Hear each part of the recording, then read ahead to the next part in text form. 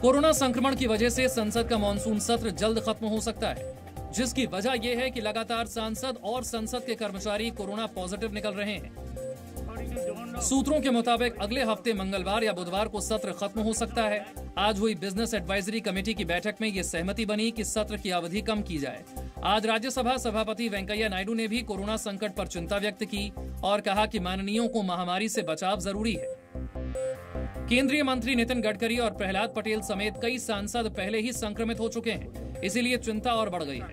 14 सितंबर से शुरू हुए मॉनसून सत्र का समय वैसे 1 अक्टूबर तक है। सरकार को उम्मीद है कि सभी अहम बिल पहले 7 दिन में ही पास हो जाएंगे। दिल्ली में चीन के लिए जासूसी के शक में एक फ्रीलांस पत्रकार को गिरफ्तार किया गया है। दिल्ली पुलिस के स्पेशल सेल को जांच में पता चला कि जासूसी नेटवर्क में चीन की एक महिला और एक नेपाली नागरिक भी शामिल हैं, जिन्हें गिरफ्तार कर लिया गया है। गिरफ्तार की गई चीन की महिला जासूस का नाम किंग शी है। फ्रीलांस पत्रकार राजीव शर्मा ने उसे भारत की खुफिया जानकारी देने के बदले में 40 लाख रुपए भी लिए थे।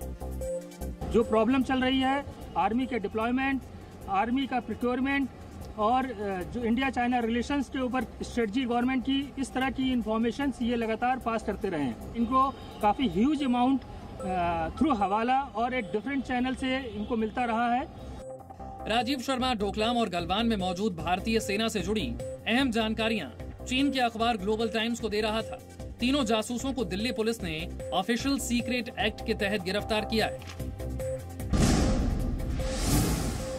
राष्ट्रीय जांच एजेंसी यानी NIA ने पश्चिम बंगाल और केरल से अलकायदा के 9 संदिग्ध आतंकियों को गिरफ्तार किया है। NIA ने पाकिस्तान प्रायोजित अलकायदा के बड़े आतंकवादी मॉड्यूल का खुलासा किया है। ये 9 गिरफ्तारियां देश के 2 बड़े राज्य पश्चिम बंगाल और केरल से हुई हैं। NIA ने पश्चिम बंगाल के मुर्शिदाबाद से 6 और केरल के एर्नाकुलम से 3 संदिग्ध आतंकियों को पकड़ा है। कोरोना मरीजों की तबीयत में सुधार को लेकर अच्छी खबर है। भारत में कोरोना का रिकवरी रेट अमेरिका से भी ऊपर हो गया है, यानी दुनिया में सबसे ज्यादा मरीज भारत में ठीक हुए हैं। देश में पिछले 24 घंटे में संक्रमण के 93,337 नए केस आए, 1247 लोगों की मौत हुई, जबकि पिछले 24 घंटे में सबसे ज्यादा 95,880 लोग इलाज से ठीक हुए। इसके साथ इलाज से ठीक होने वालों की दर 79.28% पहुंच गई है। देश में कोरोना के मामले बढ़कर अब 53,08,014 हो चुके हैं। कोरोना संक्रमण से अब तक 85,619 लोगों की मौत हुई है। वहीं दुनिया की बात करें तो रूस ने स्पुतनिक 5 कोरोना वैक्सीन का उत्पादन बढ़ा दिया है। अमेरिकी राष्ट्रपति डोनाल्ड ट्रंप ने अप्रैल तक सभी नागरिकों को वैक्सीन उपलब्ध कराने की बात कही है। उत्तर प्रदेश में देश की सबसे खूबसूरत फिल्म सिटी बनाई जाएगी। मुख्यमंत्री योगी आदित्यनाथ ने कल यूपी के बड़े अफसरों के साथ वीडियो कॉन्फ्रेंसिंग के जरिए हुई बैठक में कहा, देश को अच्छी फिल्म सिटी की जरूरत है, यूपी ये जिम्मेदारी लेगा। यूपी सरकार देश की सबसे खूबसूरत फिल्म सिटी तैयार करके देगी। फिल्म सिटी के लिए नोएडा, ग्रेटर नोएडा का क्षेत्र सबसे बेहतर है। फिल्म सिटी लाखों रोजगार देगी। अफसर तुरंत प्लानिंग में लग जाएं। उत्तर प्रदेश में फिल्म सिटी बनाए जाने के संबंध में कई प्रस्ताव प्राप्त हुए हैं। इन प्रस्तावों के आधार पर प्रदेश के विभिन्न स्थानों यथा नोएडा, ग्रेटर नोएडा, यमुना एक्सप्रेसवे और अन्य एक्सप्रेसवे या अन्य सुटेबल स्थानों पर भूमि की उपलब्धता तथा उसके संबंध में एक समेकित प्रस्ताव शासन को भेजा जाना है।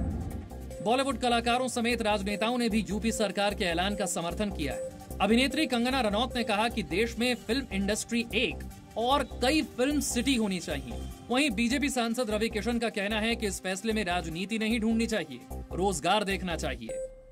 लाखों लोगों को रोजगार मिलेगा इनडायरेक्टली, डायरेक्टली। हिंदी भाषी जितने नॉर्थ के बच्चे हैं बम बम हो जाएंगे उनके माता पिता की। अब अपने बच्चे को कहीं भय में, डर उन्हें दूर नहीं भेजना होगा। प्लान एवरीथिंग, एक सुंदर सी दुनिया होगी, अच्छा सिनेमा बनेगा, हर भाषा के लोग आएंगे। 12 इंडस्ट्री है पूरे देश में, 12 भाषाओं की अलग अलग। वो लोग आएंगे, शूट करेंगे, बिकॉज सारी फैसिलिटीज हम लोग करेंगे। केंद्र सरकार के आत्मनिर्भर भारत अभियान को आगे बढ़ाते हुए जम्मू कश्मीर के लिए 1350 करोड़ रुपए के आर्थिक पैकेज का ऐलान किया गया है। इसकी घोषणा श्रीनगर में उपराज्यपाल मनोज सिन्हा ने की। इस आर्थिक पैकेज में 950 करोड़ रुपए सीधे केंद्र देगा। 1 साल के लिए जम्मू कश्मीर में बिजली और पानी पर 50% की छूट दी जाएगी। पर्यटन को बढ़ावा देने के लिए योजना बनाई जाएगी। युवाओं और महिलाओं के लिए Jammu Kashmir bank special scheme भी शुरू करेगा। 5% का इंटरेस्ट सबवेंशन बिना किसी भेदभाव के, स्मॉल स्केल इंडस्ट्री हो, मीडियम हो, बड़ी इंडस्ट्री हो, जिसने जो भी बारोवर है बिजनेस से रिलेटेड, ट्रेड से रिलेटेड, इंडस्ट्री से रिलेटेड, उसको 5% इंटरेस्ट सबवेंशन हम दे रहे हैं। इससे मैं मानता हूं कि अनेक लोगों को लाभ भी होगा। Presenting B News app, available on Google Play and App Store. Download it now.